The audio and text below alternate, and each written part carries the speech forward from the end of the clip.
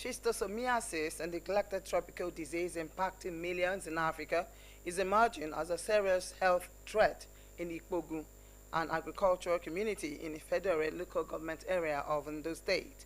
Rising infection rates among children and adults have raised alarms about limited access to clean water and insufficient medical care. Omoniola Hungbeji visited Ikpogu to investigate and confirm the situation. Schistosomiasis is a paralytic disease prevalent in tropical and subtropical areas, poses a significant health risk in communities with limited access to clean water and sanitation. It affects millions across Africa, including Nigeria, and is recognized as a major neglected tropical disease. In Ikpogu, an agrarian community of over 40,000 people in the federal local government area, Ondo State, schistosomiasis has become a serious burden. Located about 17 kilometers from Akure, the Ondo State capital, the community has a high number of residents suffering from this chronic illness. At Ayo Grammar School, a key public school in Ikpogu, 46 students came forward to register for government assistance, while many others chose to keep their health conditions private. We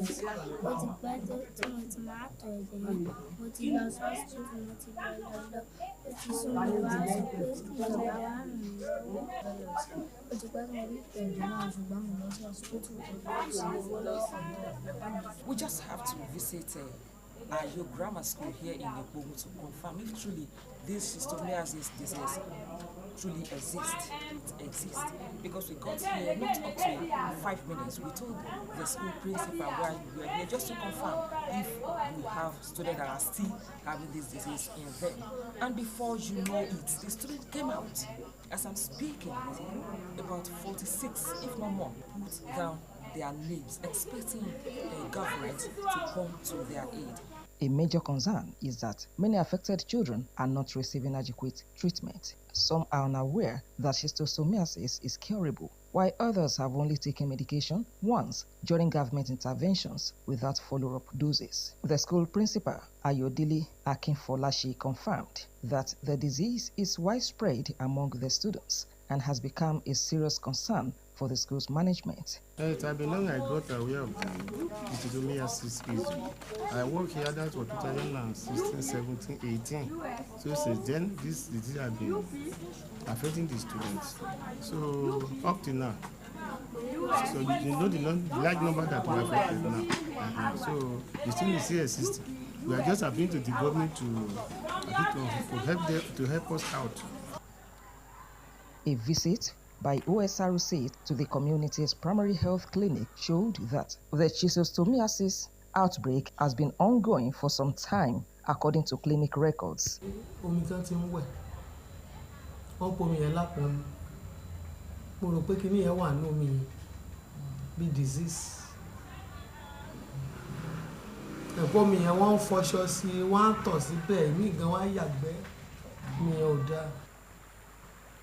This is the Akpomo River, the major source of water supply to the residents of the Ikpogu community. However, it is alleged that this same river is a major cause of a disease called schistosomiasis, the one that is affecting a large number of residents in this community. Health workers warn untreated schistosomiasis causes blood in urine, abdominal pain, and cancer risk. The infection happens when people come in contact with fresh water that contains tiny larval forms of the parasite. These larvae are released by freshwater snails, which are the intermediate host. Once the larvae penetrate in the skin, they grow into adult worms and settle in the blood vessels where they start reproducing eggs. Some of these eggs get trapped in organs like the liver, intestine, bladder, and this is what causes the major health problems.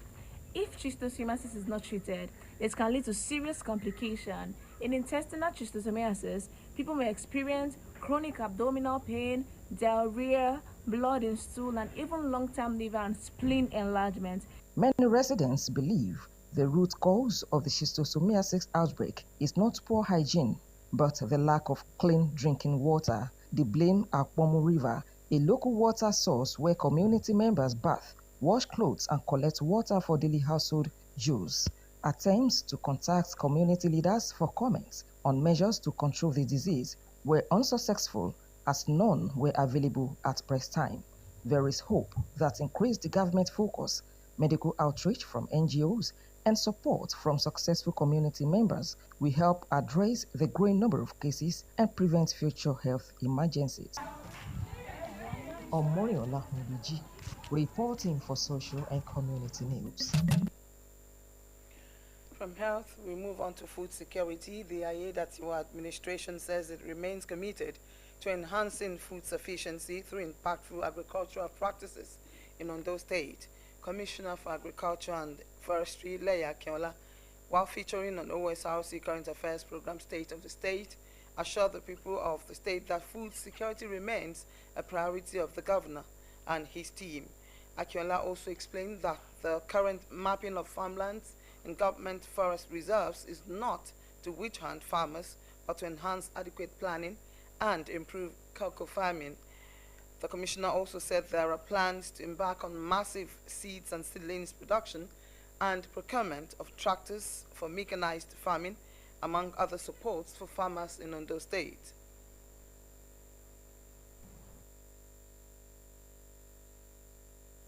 Who are willing to go into commercial production, you understand, or to for sustainability of their life, of their livelihood.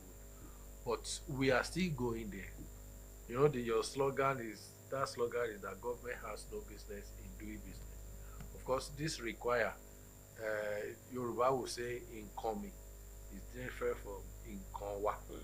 You understand? When you say this belongs to the state, what is the culture? It's like when I was discussing with Mr. Governor recently, who has graciously allowed us. Of course, he was concerned about what about the tractors that we have been buying before now. He made a statement, of course. I was worried myself, but I just have to tell Mr. Governor that, sir, if you want to involve our youth in agriculture, we cannot give them hoes and cutlass. We still have to procure tractors. And thank God graciously he accepted that. But he was concerned. You know, he's a manager of resources. You understand?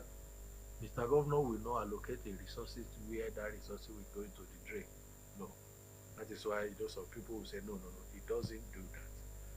Well, if he wants to approve for you, you have to convince him that there is value for the money, and it's not going to just go into the drain. You are going to make sure the result is going to surpass even the input that you have put into it. So, what am I trying to say? We are working around the clock.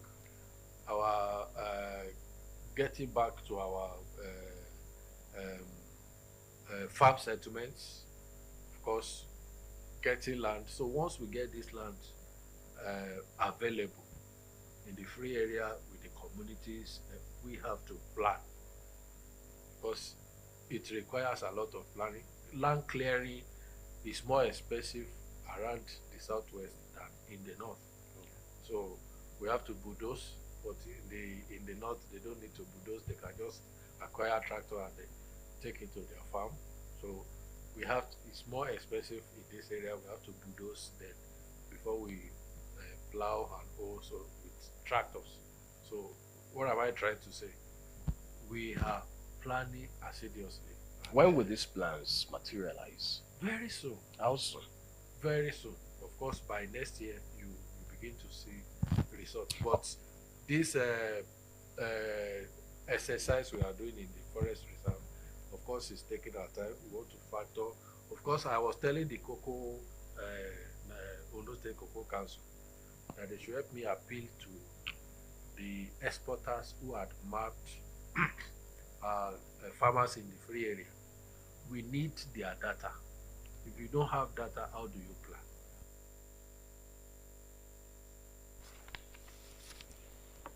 He appealed to residents to continue to support the Ayedatiwa administration in its quest towards further developing the state. Thus, the fresh hope for residents of Ijoka in Akure South local government area of Ondo State as work finally resumed on the long-abandoned road project. After months of complaints and protests, the contractor is back on site with men and machines. Joy Pius reports that the construction work is anticipated to ease congestion, improve connectivity, and boost the economy. Heavy machinery and workers have returned to Ijoka Road in Akure South, ending months of abandonment that left the road in a terrible state. The Ondo State government had promised to mobilize the contractor back to site after residents staged protests over the deplorable condition of the road.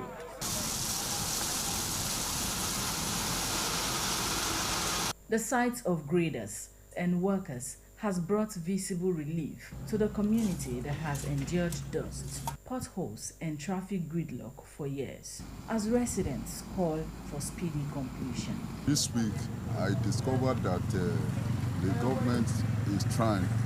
We can see a transformation. The truck they were tipping, when we saw it, we were all happy, and we are hoping that from now henceforth there will be more transformation. I really appreciate the governor of Ondo State. Ìyàtọ̀ ti wà torí ara àwọn mọ́tò kan kó oríṣiríṣi irinṣẹ́ wá síbí.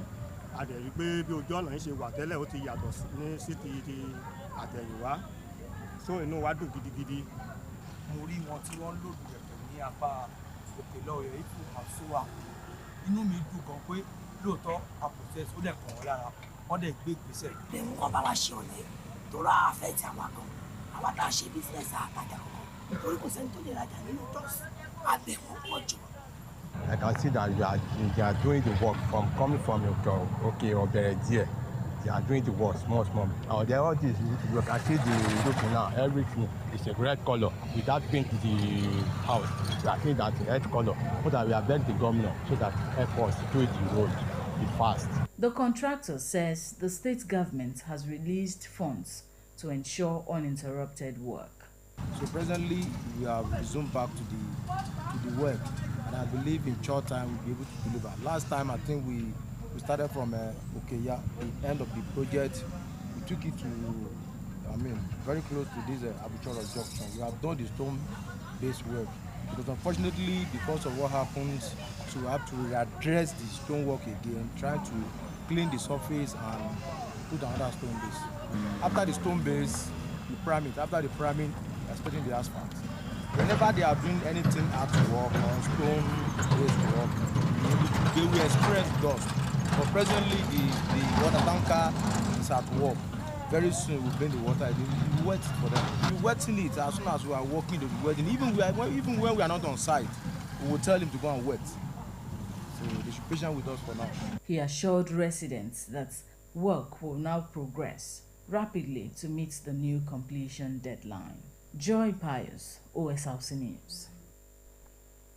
Now moving to education-related story. Libraries have long served as important centers of learning, research and intellectual development.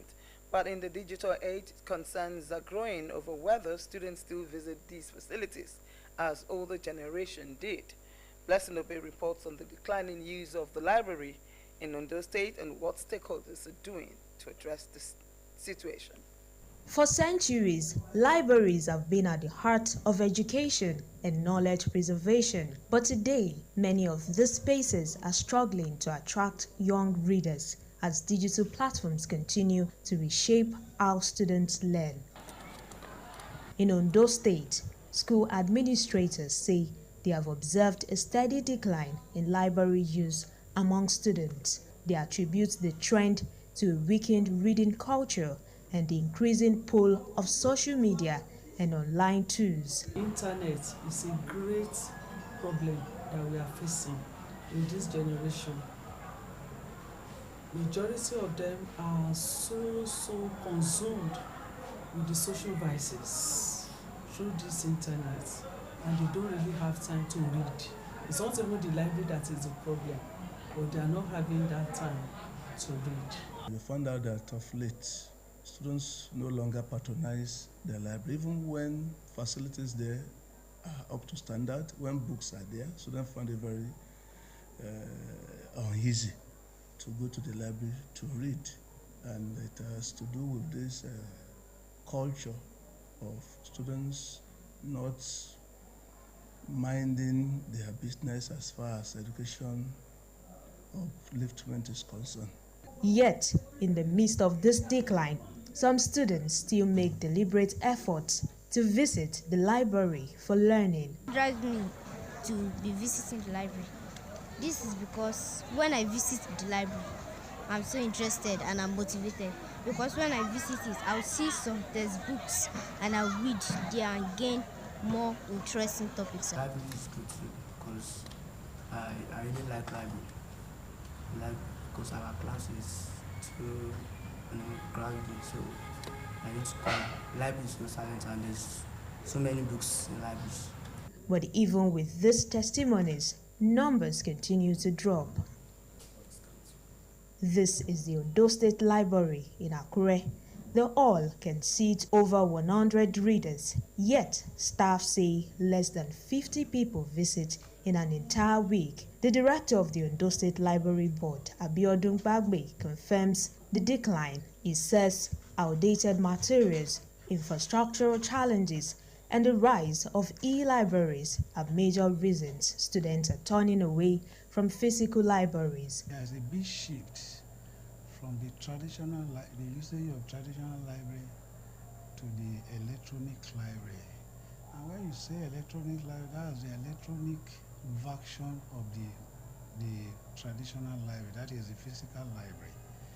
And for the student, the readers, to really patronize our service here, that means that we need to make the library so inviting. I'm sorry to say the library has not been totally inviting to people because there are some infrastructures that ought to have been put in place. School authorities say they are now adopting new strategies to stimulate interest and revive the reading culture among young people. When I got here, I decided to start silent reading. Number one, it will enable the student to really know the importance of reading. So when they have this reading culture, it will be very easy for them to be visiting the library. Experts argue that despite the rise of e-libraries, digital resources, and artificial intelligence tools, physical libraries remain vital for focused learning and knowledge preservation. Calls continue to grow for government investment in modern libraries in schools and communities across the state. Experts are urging Nigerians to tap into the digital age by nurturing a strong reading culture from an early stage. They believe that embracing this can help shape a generation of better informed citizens. Blessing Obi, Osrc News. As artificial intelligence is advancing at a record speed, cyber threats are becoming more sophisticated, and social media continues to shape public behavior on a massive scale. These three forces, AI ethics, cybersecurity, and social media, are now intersecting in ways that present both incredible opportunities and serious risks. Our reporter, Adewumi Taiwo, tells us more. Artificial intelligence is no longer a technical debate. It's a question of trust, fairness, and human rights. Without clear global standards, AI systems can reinforce bias, compromise privacy, and make life-changing decisions without transparency or accountability. The use of AI for content creation has to follow ethical standard of AI. For instance, using AI to malign, to do all sorts of things that can bring disrepute to individual, a nation, or things. All those things are things that are taken care of by ethical use of AI. You must know the limit of using AI. You must know when to use AI. you must know the effect of the content you are creating, not only on individuals, on the society at large. It is important to note that the end result of using an artificial intelligence is affect humans. When there is a fault in any system, say for instance there is a form of inaccuracy or something in any system, somebody has to be responsible. Now, one of the things the ethical part of AI does is accountability, being able to trace a particular fault to a particular source. The fact that there is artificial intelligence does not mean you should be susceptible to data leak or information wrongly, accessed. There has to be some form of ethics guiding the practice of it. AI can kind of like serve as a surveillance system, and it can also cross the line into over surveillance. That is, it can infringe on individuals' privacy rights without consent. So that is one of the ethical issues. But even as the world tries to regulate AI, cyber criminals are weaponizing it. Hackers now deploy adaptive phishing schemes, AI-generated deepfakes, and ransomware that studies its targets, attacks that easily outpace traditional security methods. Denial of service disruptions and supply chain infiltrations are also rising, prompting governments and organizations to embrace zero-trust security models and exploit quantum-resistant encryption. The coming of AI into the issue of cybersecurity is both a blessing and disguise.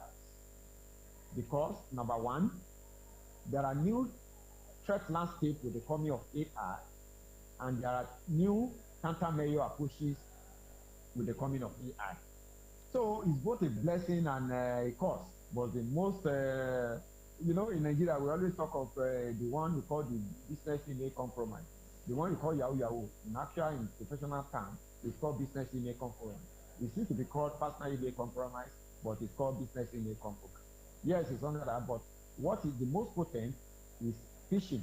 Is the most potent as far as we are concerned in Nigeria that affects individuals. One of the threats is human error. Now, most users don't know how to correctly store data.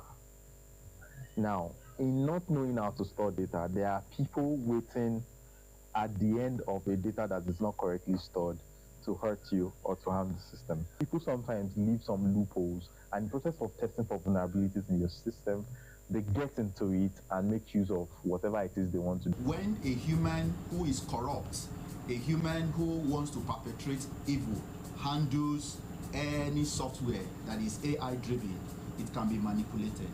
Now, what do they do?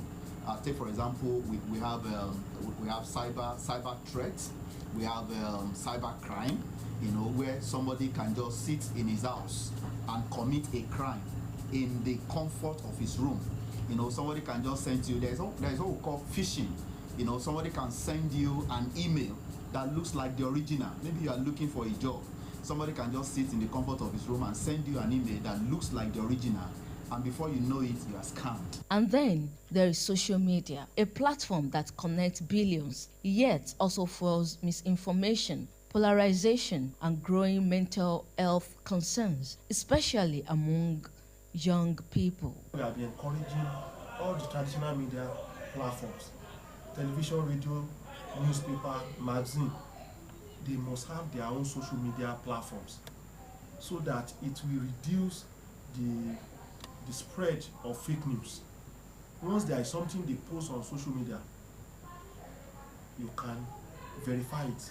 If it's on Osrc platform or Orange FM platform, you will know that this is a credible media platform where you can find out about that particular story that is being, or rumor that is being spread.